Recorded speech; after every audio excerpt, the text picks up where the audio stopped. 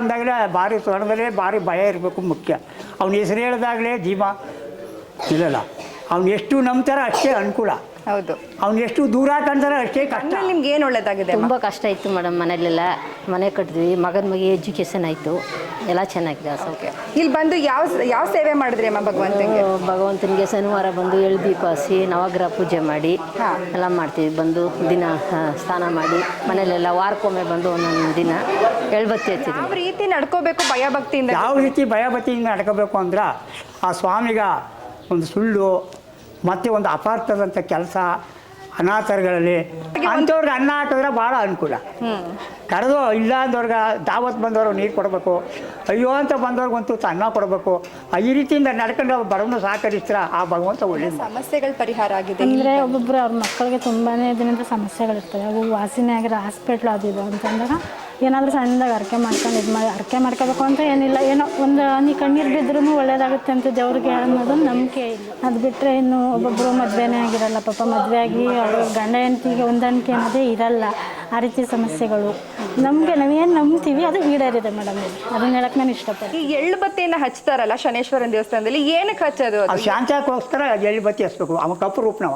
ಕಪ್ಪು ರೂಪ ಕಪ್ಪು ಎಳ್ಳೇ ಬೇಕು, ಕಪ್ಪು ಒಳ್ಳೆಣ್ಣೆ ಬೇಕು, ಎಣ್ಣೆ ಬೇಕು, ಅಚ್ಚೆ ಎಣ್ಣೆ ಹಾಕ್ಬೇಕು ಅವನಿಗೆ. ಇದರಿಂದ ಅವನನ್ನು ಮಾಡಿದಷ್ಟು ಅನುಕೂಲ.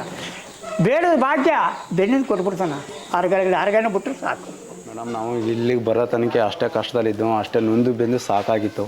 ಯಾರೋ ಪುಣ್ಯಾತ್ಮರು ಇಲ್ಲಿ ತೋರಿಸ್ಕೊಟ್ಟಕ್ಕೆ ಬಂದಿದ್ದು ನಾವು ಒಳ್ಳೆಯದಾಗಿದೆ.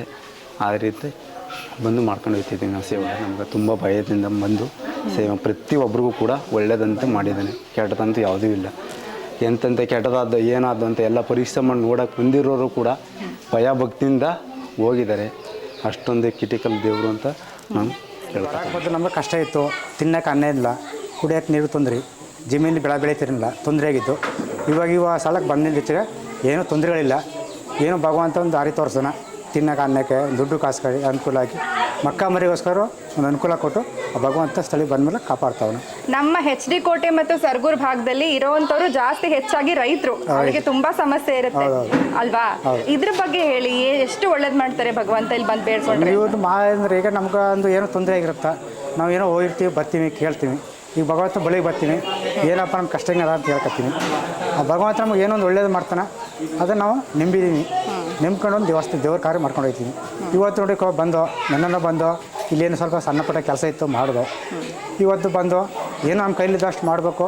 ಆ ಭಗವಂತ ಸೇವೆ ಮಾಡ್ಕೊಂಡು ನಮಗೊಂದು ಒಳ್ಳೇದು ಮಾಡ್ಕೊಡಪ್ಪ ಅಂತ ನಾವು ಕೇಳ್ಕೋಬೇಕು.